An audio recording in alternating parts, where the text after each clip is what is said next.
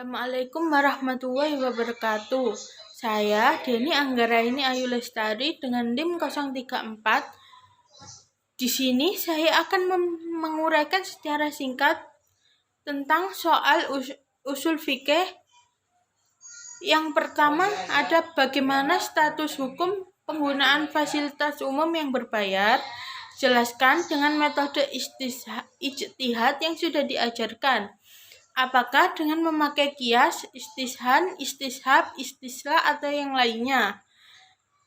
Yang pertama dalam pembahasan kali ini mengenai fasilitas umum berbayar, ini termasuk dalam hal sewa menyewa, yang di dalam fikih termasuk urf atau adat. Urf adalah segala sesuatu yang sudah dikenal masyarakat dan telah dilakukan secara terus-menerus, baik berupa perkataan ataupun perbuatan. Mereka atau masyarakat melakukan apa saja untuk memenuhi kebutuhan hidupnya. Salah satu dengan membuat fasilitas umum berbayar. Mereka berpikir bahwa ada sesuatu yang bisa dimanfaatkan untuk menghasilkan uang. Hal ini juga tidak bertentangan dengan Al-Quran. Maka dapat disimpulkan dalam kasus ini termasuk ke dalam konsep urf.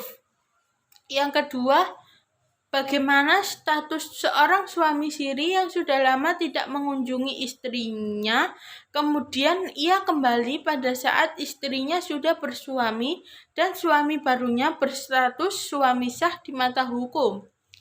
Nikah siri adalah pernikahan yang dilangsungkan oleh suami istri tanpa kehadiran wali dan saksi, atau hanya dihadiri wali tanpa diketahui oleh saksi-saksi. Kemudian pihak-pihak yang hadir atau suami istri dan wali menyepakati untuk menyembunyikan pernikahan tersebut. Selama belum ada keputusan cerai dari suami, maka istri tersebut tetap istrinya meskipun tidak dinafkahi, kecuali jika pada waktu pernikahan dulu ada sekhat taklid atau yang disebut dengan perjanjian yang biasanya dibaca pasca akad nikah, maka bisa saja istri mengajukan gugatan cerai ke pengadilan dan pengadilan bisa menjatuhkan talak akibat perjanjiannya dilanggar. Namun karena faktanya istri menikah siri, maka tentu tidak berlaku hal-hal tersebut. Mengenai pendapat nikah siri, jika tidak diberikan nafkah lahir dan batin selama 3 bulan, berarti sudah tidak menjadi istrinya lagi.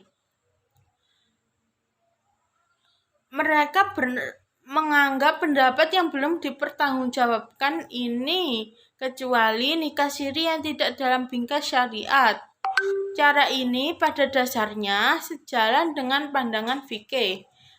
Para pakar hukum Islam atau fuqaha sepakat bahwa ikatan sebuah pernikahan boleh dipisahkan dengan alasan ditinggal suami, tetapi prosedurnya harus melalui keputusan hakim, sebab persoalan mengenai perginya suami atau al-ghaibah merupakan wilayah ijtihad atau menjadi domain mujtahid. Karenanya perceraian dalam kasus ini tidak bisa diputuskan kecuali dengan keputusan hakim.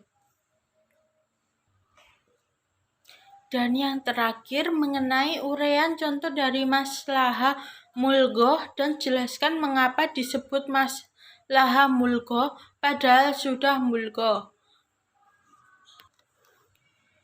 Maslahah mulghah atau maslahah yang ditolak yaitu maslahah yang dianggap baik oleh akal tetapi tidak diperhatikan oleh syara' dan ada petunjuk syara' yang menolaknya. Hal ini berarti akal menganggapnya baik dan telah sejalan dengan tujuan syara'. Namun ternyata syara' menetapkan hukum yang berbeda dengan apa yang dituntut maslahat itu. Umpamanya, seorang raja atau orang kaya yang melakukan pelanggaran hukum yang mencampuri istrinya di siang hari pada bulan Ramadan, menurut syariah hukumnya adalah memerdekakan hamba sahaya. Untuk itu, orang ini sanksi yang paling baik adalah disuruh puasa 2 bulan berturut-turut. Karena cara inilah yang diperkirakan akan membuat jera melakukan pelanggaran. Contoh lainnya, umpamanya di masa kini, masyarakat telah mengakui emansipasi wanita untuk menyamakan derajatnya dengan laki-laki.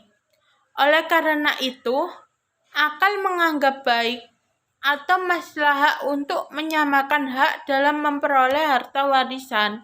Namun, hukum Allah telah jelas bahwa hak waris anak laki-laki adalah 2 kali lipat dari anak perempuan, sebagaimana ditegaskan dalam surat An-Nisa. Contoh lain dari masalah mulgo adalah opini hukum yang menyatakan porsi kewarisan hak laki-laki harus sama besar dan setara dengan porsi hak kewarisan perempuan, dengan mengacu kepada dasar pikiran semangat kesetaraan gender. Pada dasar pemikiran demikian memang bermuatan maslahah, tetapi dinamakan maslahah mulgo.